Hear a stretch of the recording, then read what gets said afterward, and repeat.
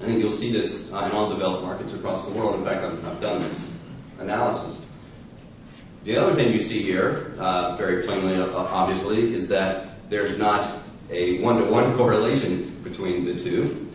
Stock returns, of course, oscillate around GDP returns. You can see that in the following graph. This is a different way of representing that same idea. This is the year-over-year change in the price index, the blue line, and GDP index, the red line. And clearly, stock prices are considerably more volatile than overall GDP. Now in the US, it's pretty interesting in that I draw this green vertical line to denote the so-called Great Moderation. Great Moderation is the period in which the economy, the volatility of the economy dampens, right? It's much less volatile. You can see that visually very clearly. To the left of the green line, you can see GDP is much more volatile as compared to the right of the green line. However, stocks have not dampened in volatility. So the Great Moderation was not so great for stocks. So what was so great about it? Well, we're waiting to find out, I think, in terms of the stock market.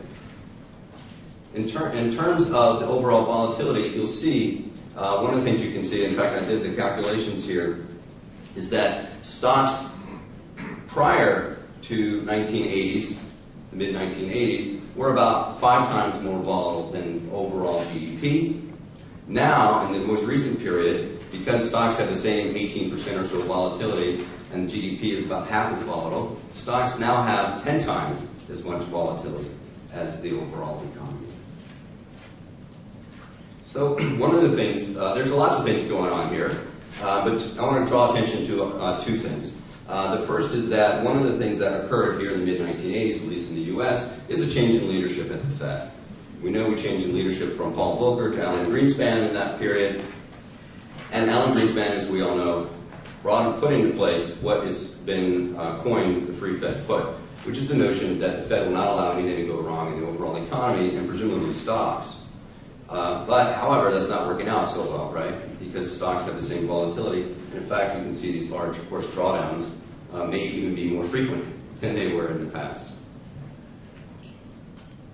And one of my concerns is that with the current put that's being put into place with stocks and with risk assets, that we may be creating the mother of all moral hazards. So it's something we need to be, I believe we need to be very cognizant of and very alert to.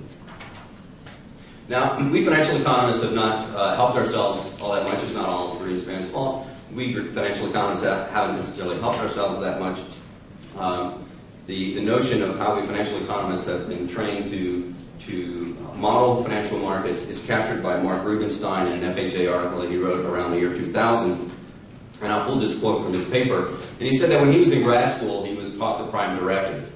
And the prime directive is the notion that he should always use, financial economists should always use, forever and always, rational asset pricing models.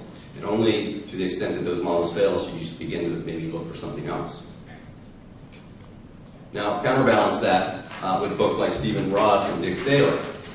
Dick Thaler, in the FHA around the same time as Mark Rubenstein, around the year 2000, coined the term. He said that behavioral finance is a redundant phrase. What other kind of finance is there? So his title of his paper was the end of behavioral finance, because in his mind it's a redundant phrase. And that's, for those of you who know Dick Thaler, many of you probably do. He has a wonderful, wonderful way of turning a phrase. So I really like this phrase. It's pretty interesting. And then Stephen Roth said that neoclassical finance is not a theory of rational man. It's really a theory of sharks. And so what he meant by that, I believe, is that sharks, like markets, are opportunistic. They go to where the opportunities exist or where they believe the opportunities to exist. They don't necessarily follow the iron laws of mathematics. Now, this behavioral finance has led to a roster of mental mistakes that we all tend to make, we humans all tend to make. And folks in this room are certainly very familiar with behavioral finance. And all of these various common errors that we make in our thinking that trip us up and lead us to make mistakes in our decisions and our outcomes. I'm not going to talk about all of these in particular this morning. Folks here are, I'm sure, already familiar with these, but I do want to draw attention to a couple of these behavioral biases and how they relate to risk in financial markets. Now, it seems though we are at the home of the annual Portugal Golf Open, I brought this following example of overconfidence bias. Now, the example comes from actually a Wall Street Journal article that I was reading a few years ago. And the article was not about finance at all. It was not about behavioral finance at all. It was about, of course, golf. But when I read the article, I thought, wow, this is a wonderful example of overconfidence bias. So, and then in the example, the author of this article did a short, quick, easy survey. He asked amateur male golfers, how far do you hit your golf ball off the tee? Now, we're at a golf course, so everyone I'm sure here knows that that's a big deal for amateur male golfers, how far you hit your golf ball off the tee. And it's sort of, for male golfers, it's sort of an ego thing, right? We like to think that we hit the ball a long ways. We like to tell our friends how far we hit the golf ball off the tee. And of course, longer is better. And so the respondents to this survey said that they hit their golf ball 220 yards consistently off the tee. Okay? Now, does anyone want to guess as to what the reality of this is? Now, this is about overconfidence, so we know it's going to be less. But how much less? Anyone want to guess? So the reality is about 190 yards. So about 15 or 20%, or 30 yards or so less than reality. So again, an example of overconfidence bias.